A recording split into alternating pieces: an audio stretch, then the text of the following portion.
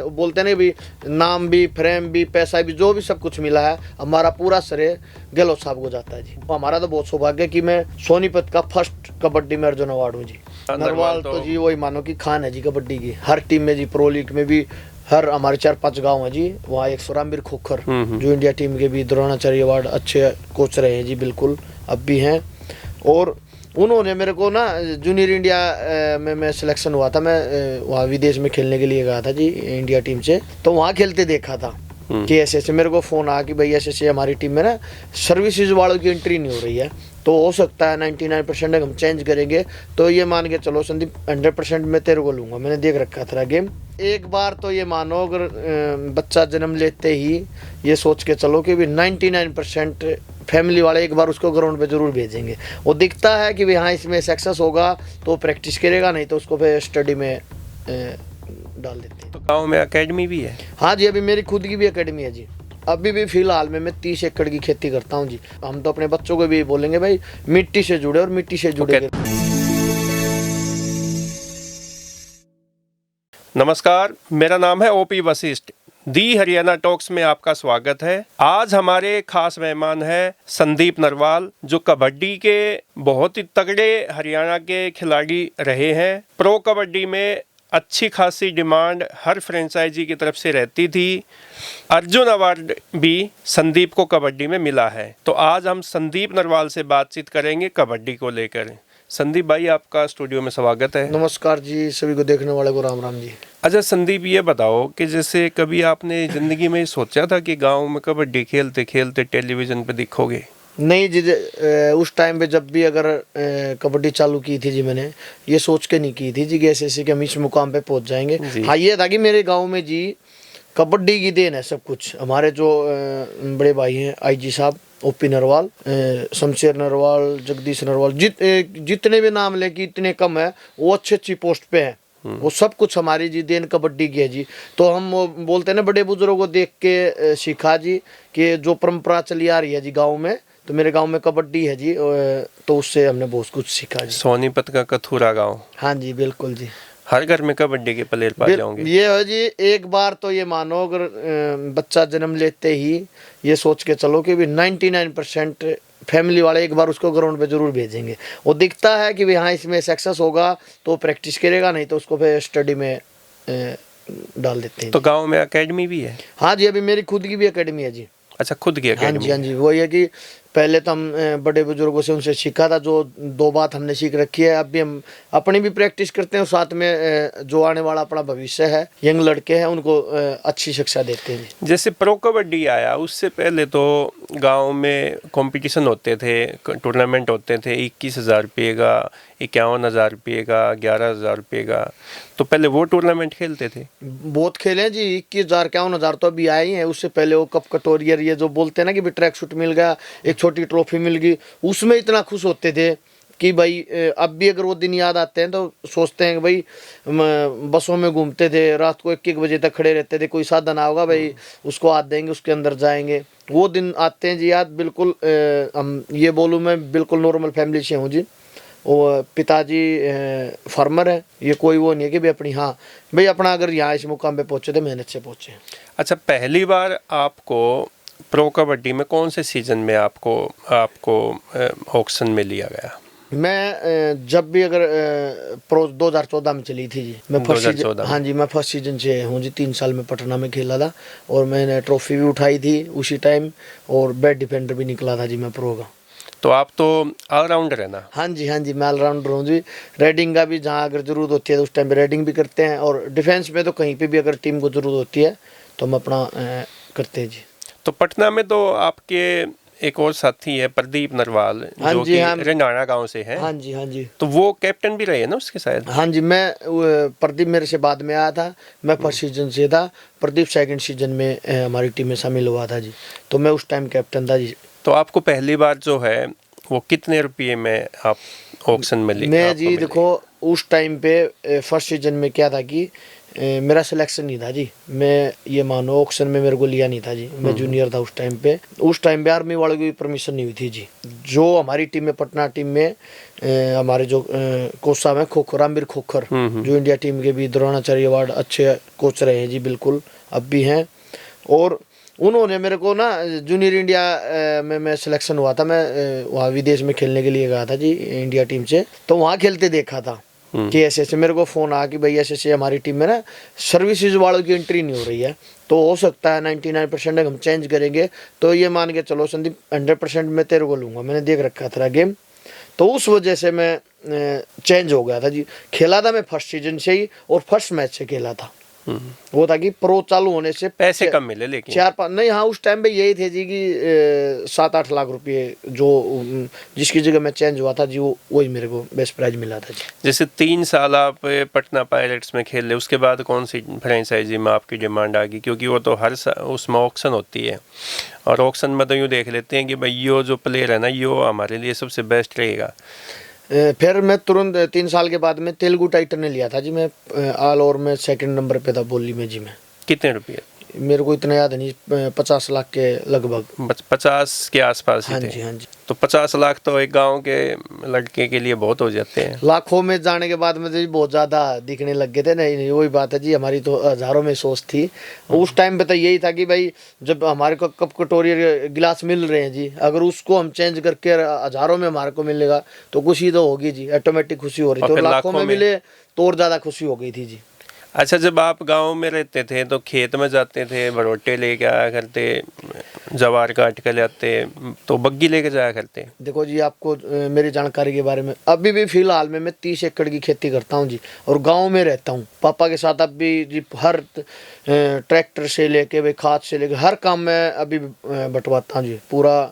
ये नहीं कि भाई हम फार्मर है कि भाई उस टाइम पे, नहीं नहीं, अभी भी फार्मर ही हैं जी। और हम तो अपने बच्चों को भी बोलेंगे भाई मिट्टी से जुड़े और मिट्टी से जुड़े। कहते हैं गांव हरियाणा का जो आदमी है वो तो खेती किसानी जब तक ना कर ले उसका जी ना लग गए। तो अपना तो यही हिसाब, अपना तो अगर खेत में नहीं एक राउंड, अगर पूरे दिन में अगर गांव में अगर एक राउंड खेत में नहीं लगा के आए तो अपना संतुष्टि नहीं होती कि भाई हमने कुछ किया है।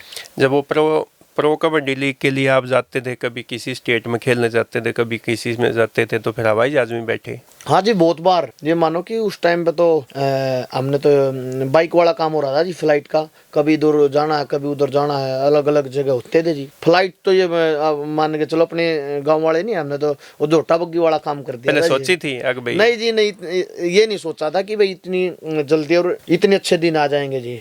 तो प्रो कबड्डी ने एकदम से जो हरियाणा के जो कबड्डी प्लेयर थे खासकर, उनकी तो एकदम से जीवन बदल दिया। देखो जी, हमारा तो जीवन बदला है प्रो कबड्डी आने के बाद में। और प्रो कबड्डी अगर लेके आने वाले हैं जी अपने जो जयनारायण सिंह गहलोत, जो जी कबड्डी के गुरु हैं जी, जिसने कबड्डी जी वर्ल्ड कप में भी शामिल की है जी, एशियन गेम में भी शामिल की है, और प्रो लीग में भी शामिल की है जी। तो हम उस इंसान के आभारी हैं जी कि आज अगर हम कोई एयरपोर्ट पे या कहीं पे भी जाते हैं, अगर कोई बाई नेम जानता है, बोलते हैं ना भाई नाम भी, फ्रेम भी, पैसा भी, जो भी सब कुछ मिला है, हमारा पूरा श्रेय गहलोत साहब को जाता है जी।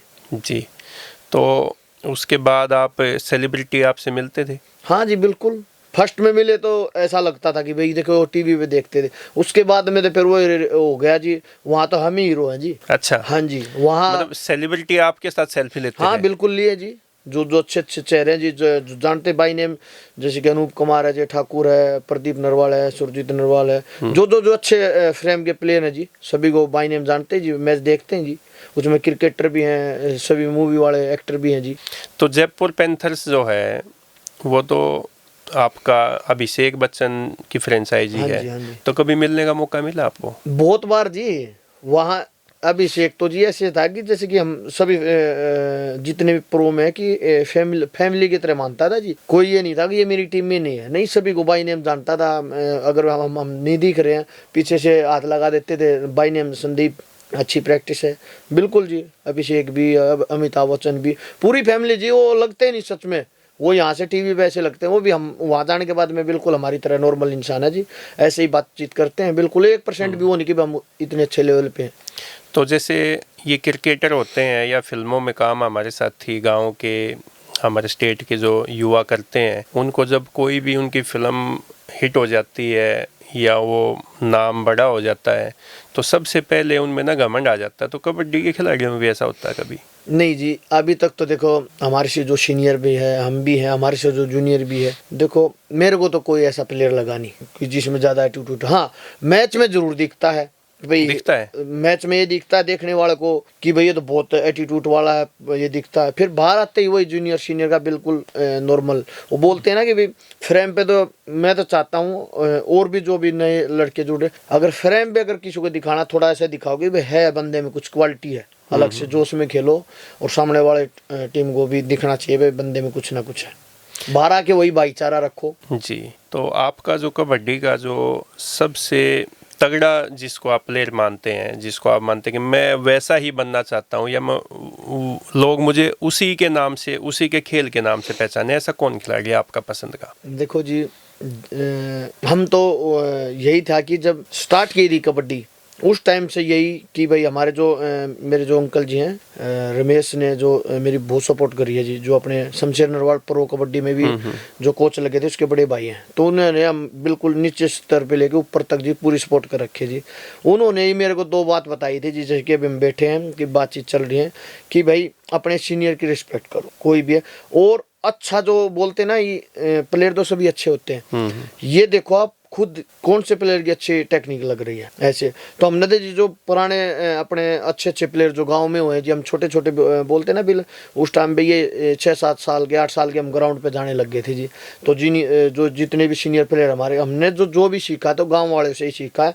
और हमारे उस टाइम पे जब भी शमशेर नरवाल, जगदीश नरवाल, सोनू नरवाल ये इंडिया के लिए खेल के आए हैं, इनका स्वागत होता था जी, गुहाना से गाँव तक आते थे जी ओपी नरवाल ये। तो ये था कि ये सोचा था कि भाई हमने इनकी तरह बनना है कि भाई कल लोग ऐसे जाने हमें। हाँ, कि कल को भाई ये लड़का भी, हम वो अंदर बोलते हैं ना कि बताया तो किसी को जाता नहीं था, ये था मन मन में ये था कि इनकी तरह प्रैक्टिस करना है। और जैसे कि अपने सीनियर प्लेयर आ रहे हैं, इनको इतना अच्छा मान सम्मान दे रहे हैं भाई, पूरा गांव एक साथ एकजुट होके जा रहा है, तो हमारे को भी एक दिन ऐसा करना कि इतनी मेहनत करनी है जैसे हमारे सीनियर प्लेयर आए तो हम भी ऐसे तो गांव में से ऐसे कितने बच्चे हैं जो प्रो कबड्डी खेल चुके हैं या खेलते हैं? नरवाल का था जी, आपने नाम सुना ही होगा। हाँ, नरवाल तो जी वही मानो कि खान है जी कबड्डी की, हर टीम में जी, प्रो लीग में भी हर हमारे 4-5 गांव है जी वहाँ एक साथ। तो हर में अभी भी हमारे गांव में 5-6 ग्राउंड चलते हैं जी, टोटल ये मान के चलो मेरे गांव में 500 बच्चे खेलते हैं जी। और एक गांव में फिलहाल में जी, हाँ जी ऐसे है। और पुराने तो पूछो मौजूद कितने हैं, इतने प्लेयर हैं जी। तो कबड्डी ने आपको अर्जुन अवार्ड भी दिलवा दिया? मेरे को जी अर्जुन अवार्ड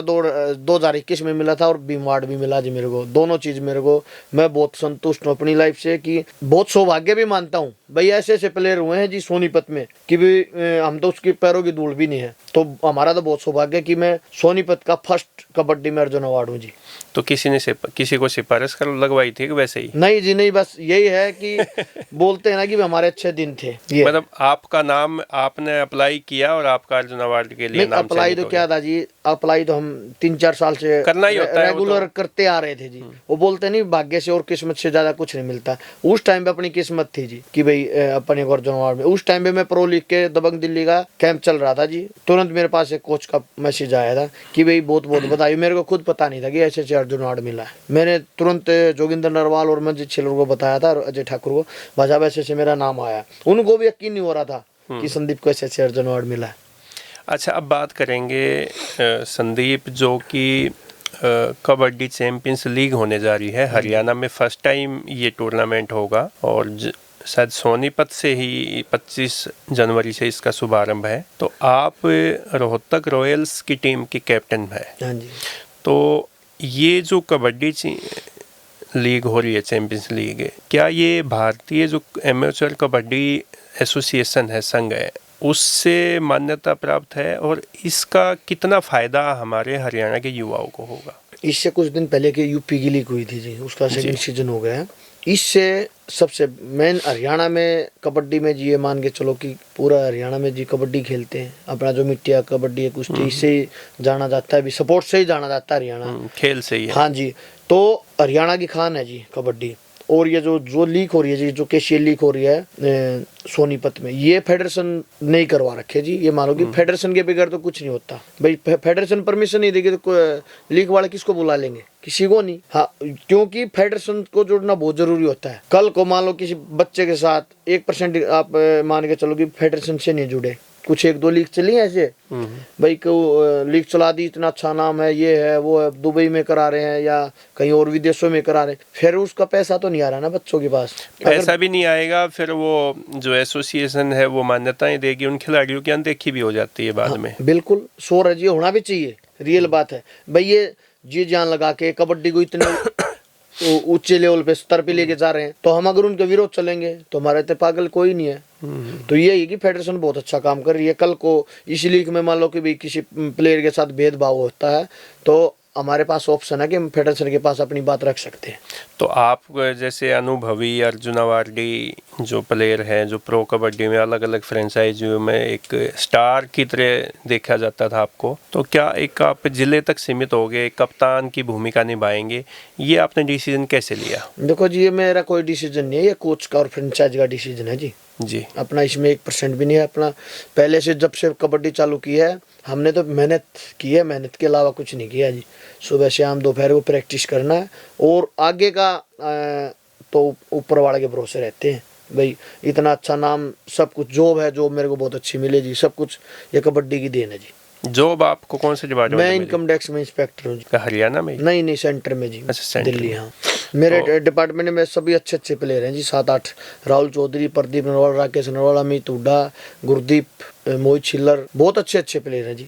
तो कभी आपने जैसे जब तक आप खेलते थे, गांव में कबड्डी खेलते थे, तो जीवन में ये सोचा था कि आपको एक गवर्नमेंट जॉब भी मिल जाएगी? नहीं साहब, उस टाइम में मैंने जब कबड्डी चालू की, ये सोच के कबड्डी चालू की थी या तो मेरे को आर्मी में भर्ती होना कि जॉब मिल जाओ कहीं। उस टाइम पे ये था कि, और दूसरा ये सोचा था कि भाई कुछ भी हो जाओ, कुछ भी, कितनी भी मेहनत करनी पड़ जाए, एक बार मेरे को देश के लिए इंडिया खेल के आना है और झंडा फहराना है। तो भारतीय टीम में आप खेले? मैं काफ़ी 15-16 टूर है जी। मैं वर्ल्ड कप भी खेला हूँ, एशियन गेम भी, शेप गेम, जो अपनी कबड्डी में अचीवमेंट है जी, मैं सब कुछ खेला हूँ।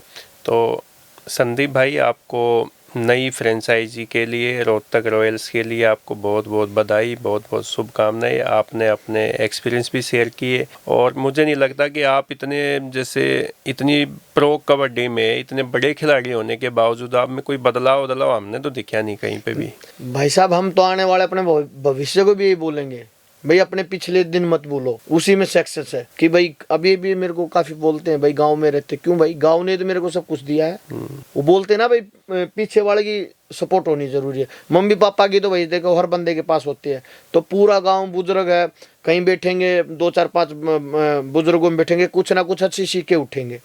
अभी शहरों में क्या है भाई, आप अपना काम वो रखते हैं, बिजनेस से सीमित है भाई, कभी आओ कहीं जाओ कहीं नहीं। गांव में है भाई, बड़े बुजुर्गों में मैं अभी भी, हम तो बच्चों को भी यही बोलेंगे भाई, बड़े बुजुर्गों से ज्यादा कहीं सीखने को नहीं मिलेगा।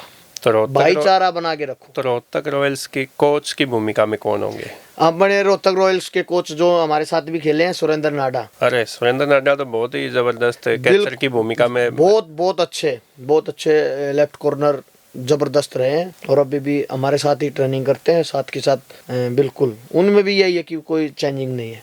तो संदीप भाई, आपने कबड्डी के बारे में बहुत सारी बातें हमें बताई और सब बातों का, सवालों का जवाब भी आपने बड़ा ही सरल और सादगी के साथ दिया है। तो हम आपको नई फ्रेंचाइजी के लिए, रोहतक रॉयल्स के लिए बहुत बहुत शुभकामनाएं देना चाहेंगे और आपने हमें स्टूडियो में आके समय दिया, आपका बहुत बहुत धन्यवाद। धन्यवाद जी आपका भी और देखने वाले सभी का भी धन्यवाद। 25 तारीख को हमारे मैच चालू हो रहे जी, अपनी रोहतक रॉयल टीम को सपोर्ट करो और सभी इनवाइट हो, देखने के लिए आओ।